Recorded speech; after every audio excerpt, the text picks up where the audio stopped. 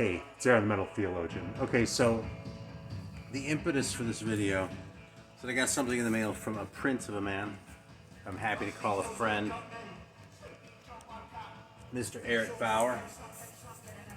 And then, since nobody likes just VCLT videos too, we're going to do that. And I think we're going to talk a little bit about some bands that only ever made one 12-inch in their existence. Okay, so we'll first things first, and we'll get there. But yeah. So anyway, one thing I sort of want to bring to your attention, like I'm gonna do my best to cover up addresses and shit like that. But like, people fret so much about shipping records. Okay, and this pack, look how shitty this is. It's obviously been reused. Tape's kind of coming off and shit. You know what I mean? You get these new pristine things, but there are two things that are really important when you ship. And Eric knows this. One is you make sure the package doesn't open up in transit, right? Yeah, I mean that's the first big thing, and you don't even need as much tape as this, but it's like, you see some people getting all wigged out because like the fucking box is reused or something like that. Not so much like people in videos or something, but sellers make a big deal out of it. And I'm like, dude, it feels good to get a nice new box in the mail, okay, I'll be honest, but it doesn't make any difference as far as the record getting there safely. The only things that matter are, first of all, that the package is not open, and second of all, like I said, Eric knows this, you ship the record outside of the jacket. Of course, if you're watching this video, you probably know this shit. But, yeah, it's pretty easy. Okay, so anyway, this is... He actually told me he was saying this. This isn't a complete surprise. Apparently this is something Hawkwind related. But I do not know this record. I was sort of aware of its existence.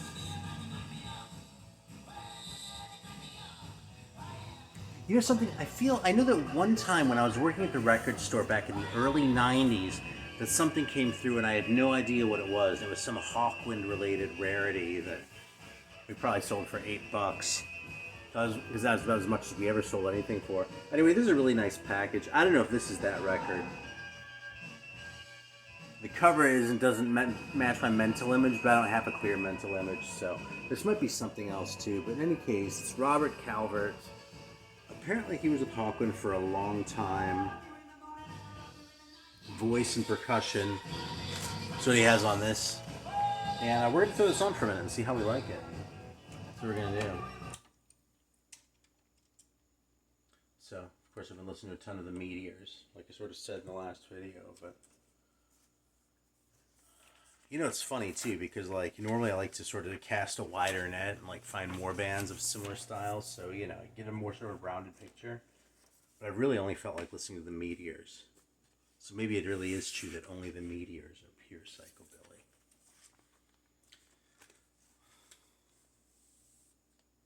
Okay. So Captain Lockheed and the Starfighters is what we're going to listen to now. And Eric says this is awesome. I have no idea what to expect. I don't even know when this record is from, in fact. 74. I actually thought it was like from the 80s or something, so this is like way earlier. Man, this is a nice copy too, goddamn. I think Eric hooked me up here. Alright, so let's fire this bad boy up. And we'll all sit here and savor the fact that there are no seam splits on this beautiful piece. Because Eric knows how to ship a fucking record.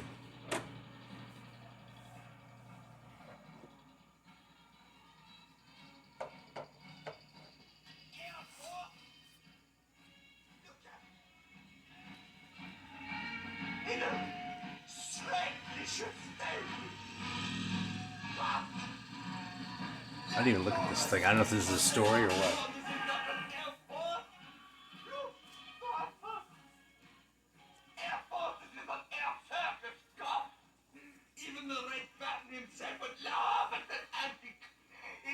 Yeah, there's this whole story involved in this. Alright, I'm not going to sit here and read it now. I suppose y'all can look it up by yourself if you want to, because, I'm not going to sit here, but this didn't start out how I expected.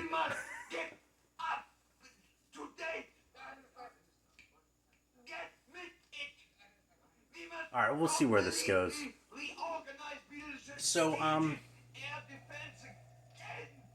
For a while, I've kind of wanted to do a little bit of a feature on metal bands that only put out one 12-inch. I'm kind of fascinated by this phenomenon a little bit because there aren't very many.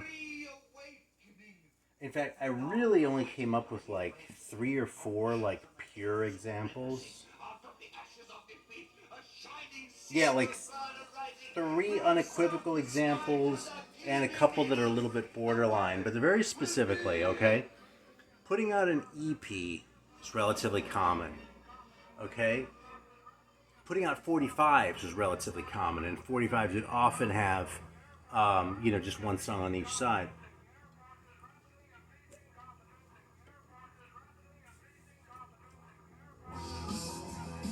Fucking Motorhead, right on. Sounds like it anyway. Anyway, no, it's not Motorhead. I'm just fucking tripping. It has a similar groove, though, in fairness. Very different vocal style. It's like surprising. It's kind of a weird thing. So far, this is fucking awesome,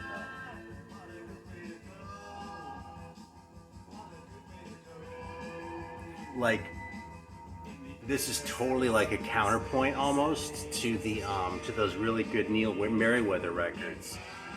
You know what I mean? The way this thing sounds, like it feels like if you had like a balance where you.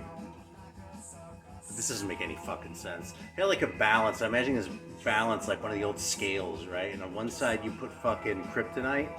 On the other side, you put this one, and they just sort of complement each other. You know what I mean? Not equal weight. It's more sort of they complement. Is that just me thinking that, though, or is there actually something going on here?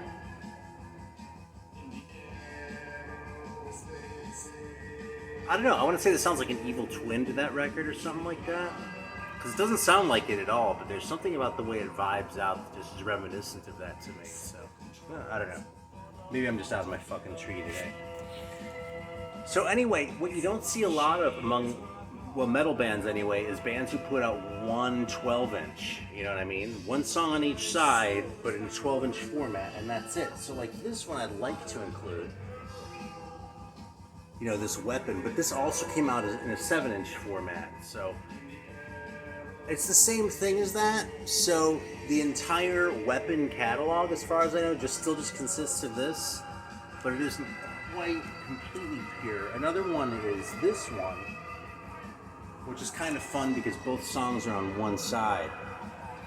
But they also made a picture disc after this where they re-recorded these two songs and then added one more song too. But it was so different, it almost sounded like a different band. Like, I think this record is way better than the Graven Image EP that came out on, I don't know, Azra or Ironworks, one of those labels, the Dave Richards ones.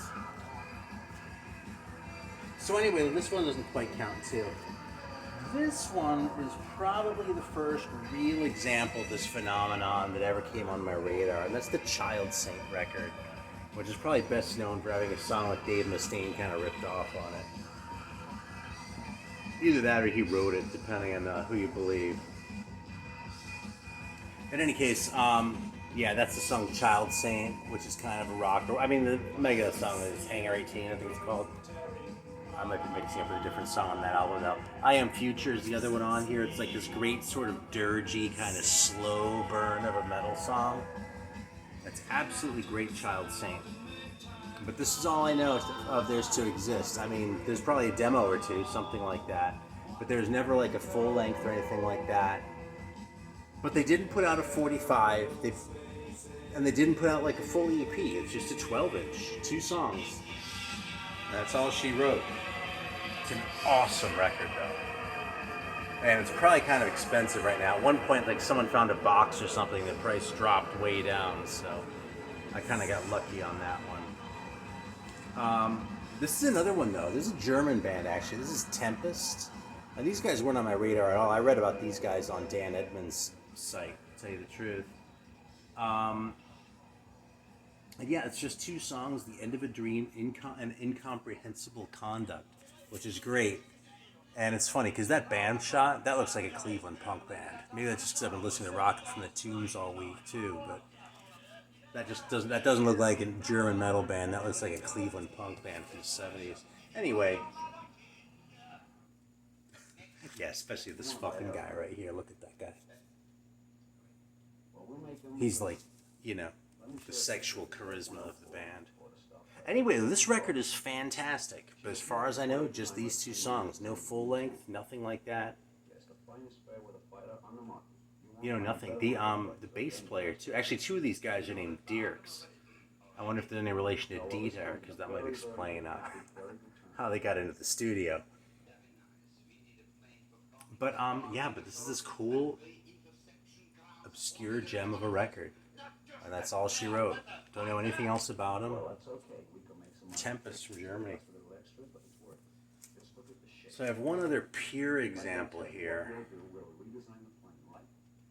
which in a way is the coolest one, and that's this one.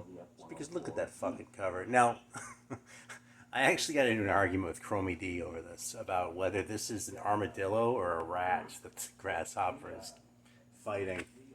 I'm pretty sure it's a rat, and I think I won him over.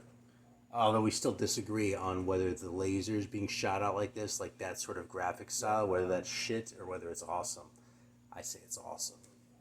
I mean, I bought the fucking thing and Chromie didn't, so hey. Right? Crush, Kill, Destroy, 2 songs. These fucking guys. Again, 2 great heavy metal songs. I mean, you know, I could throw the shit on, but it's like you can listen to stuff on YouTube too, and it's like, and I actually really want to hear the record from Eric.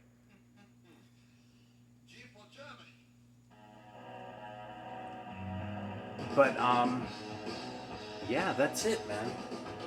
They all put umlauts in their names, which is kind of awesome. Especially because they have the sense not to put them over A's, because that always fucks things up, you know? Like, you put it over when your name is Lou, that's cool, you know? But, like, I mean, Infernal Majesty screwed that up. They put an umlaut over the A, and that made them a laughing stock. Didn't actually have anything to do with that terrible album cover of theirs. Yeah, so Intruder's great too, man. Crush, Kill, Destroy, awesome heavy metal, first-rate shit. It really is. It's a shame they didn't do more. Of these 3, Child Saint is pretty easily my favorite. Child Saint is just a fucking banger.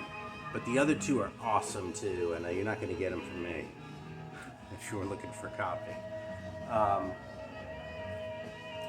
Yeah, so I was looking around, like Malibu Barbie I thought about pulling out. Because there's just that one just 12-inch by Malibu Barbie, which is really good actually.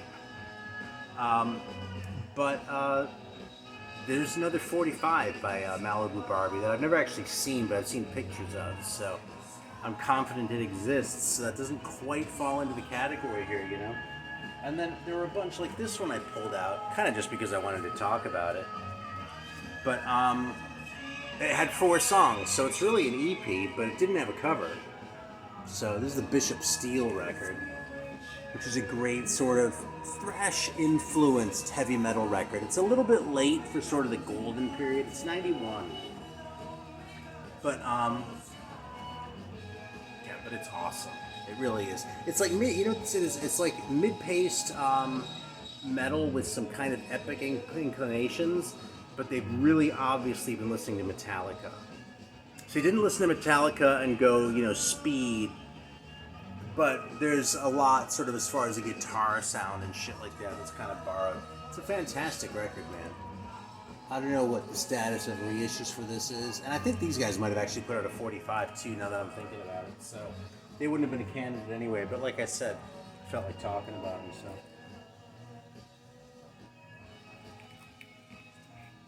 So this is what was playing at the beginning of the video. It was Don't Touch the Bang Bang Fruit by the Meteors. You know, it's funny, back when I had these records in the 80s, I bought them in Germany, and now, like, going looking for them again, they're coming from Germany again. There are barely any for sale in the States. Like, it's really obvious that no one ever gave a shit about the Meteors in the U.S.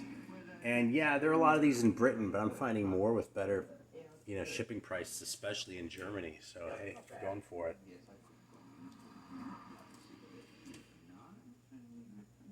Yeah. Played this one earlier.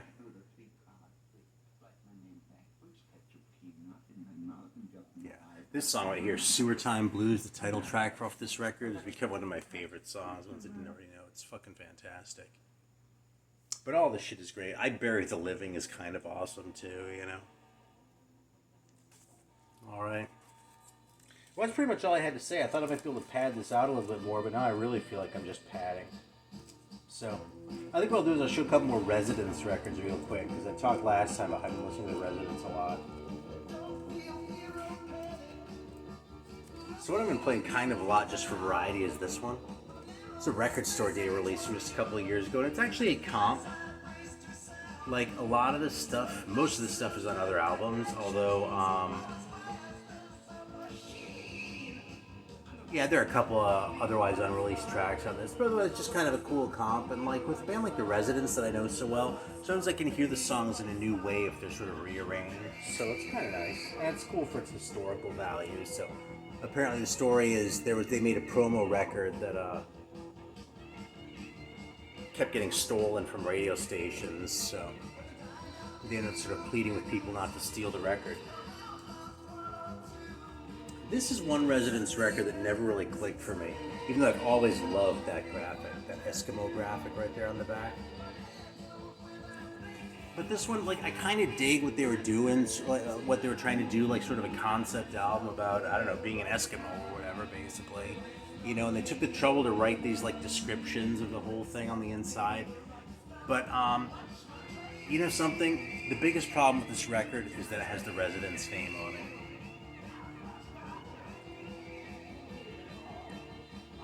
It's sort of like Come Taste the Band by Deep Purple. You put that name on there and it sets this expectation, right? If this was some obscure nobody band, I would love it, probably. As it is, being a Residence record, you know, it's interesting. I'm not going to take it off, and I'm probably going to listen to both sides if I put it on. But it's nowhere near the level, even of this, which was also kind of a subtle Residence record. Tunes of Two Cities. I pulled this one out because this is one of the ones I played less out of the ones that I own. I usually reach for Mark of the Mole. I actually did, and then I put it back. I was like, no, I'm going to listen to a different one. So I pulled this one out because I don't know this one as well. And it has a lot of long instrumental passages, and a lot that are barely even rock, you know what I mean? Like, they call it the second part of the Residence Mole trilogy and shit, which is kind of bullshit because there was never a part 3, but there was a part 4. Yeah, and it says that this one's kind of more of a, it doesn't say ambient, like, I don't know, trying to paint these pictures of the culture or society or something like that, and whatever, sort of justifies why it's kind of different as far as being fewer vocals and less sort of, feels a little less focused and more sort of scenic, you know what I mean, sort of more like it's evoking these panoramas, but it's a really cool record in its own right, and in a way, it really is kind of similar to Eskimo, I suppose, but I just think it's better. As a Residence album especially, but even so, there's just kind of more going on, you know? Yeah, so I kind of made a deal with myself. I let myself listen to, I pulled that one out, but I also let myself listen to this one, which is probably my very favorite if I had to pick one. This is the Duck Stab and Buster and Glenn. Actually, I think I have a Duck Stab too. And conveniently, my Punk 45 is over here. And that's where I keep the Residence. Yeah, there you go. So half of it's just this thing, you know? Just kind of awesome. Shit's in a different order. In fact, I might leave this out and play it. But yeah, this is one of my favorite record covers ever, by the way, with the chickens. And the fact that it's Buster and Glenn, but they don't really say who's Buster and who's Glenn. I think that's a lot cooler than the Duck Stab graphic, which is just fine. I'm not mad at it. But this is just fucking... I live for shit like that, man. That's awesome. So what else have we played recently? Intermission, which also has a great cover. But it doesn't really stand out to me. It says it's extraneous music from the Residence Mole show. It does kind of sound like extra stuff, but it's cool. You know what I mean? It's just, you know, it's not part 3 of the Mole trilogy. You see? Yeah, and then the last one I have here is Fingerprints. which enjoyed a long spell as my favorite Residents record. This was probably my favorite Residents record for about 10 years, and eventually kind of shifted over to the Duck Stab. So, yeah, what a great band photo that is, too. You know I hate band photos, right? But look at that. It's like, what the fuck is going on? You know? Anyway, awesome record. You Yes Yes Yes is an awesome fucking song. It's a fun one to sing around the house when your kids are walking around and you're just sort of hanging out. Yeah, awesome record, man. I mean, I don't even know what I can say about the Residents. If you watch my channel, you know. It's one of those bands that record collectors like, you know, like Killing Joke. Probably sounds super pretentious to say it like that, but it's kind of true, you know what I mean? There's certain bands where beyond a certain point, everyone sort of discovers and gets into, you know what I mean? If you have 100 records, it might be all Tom Petty and Bruce Springsteen or whatever, but if you have 500 records, there's probably a Residents record in there, you know, or at least you've listened to some at a friend's house. And if you have 1,000, 2,000 records, there are probably a couple Residents records in there.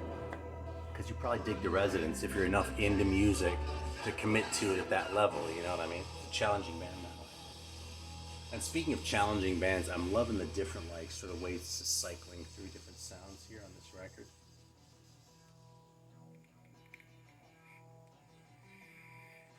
Alright, so anyway, big shout out to Eric Bauer. Subscribe to him if you're not, but I hope you already are. Yeah, man. I'm really fucking happy today, so thanks for watching. God damn, it's been less than a week since my last video. What the fuck? What's the world coming to? Take care.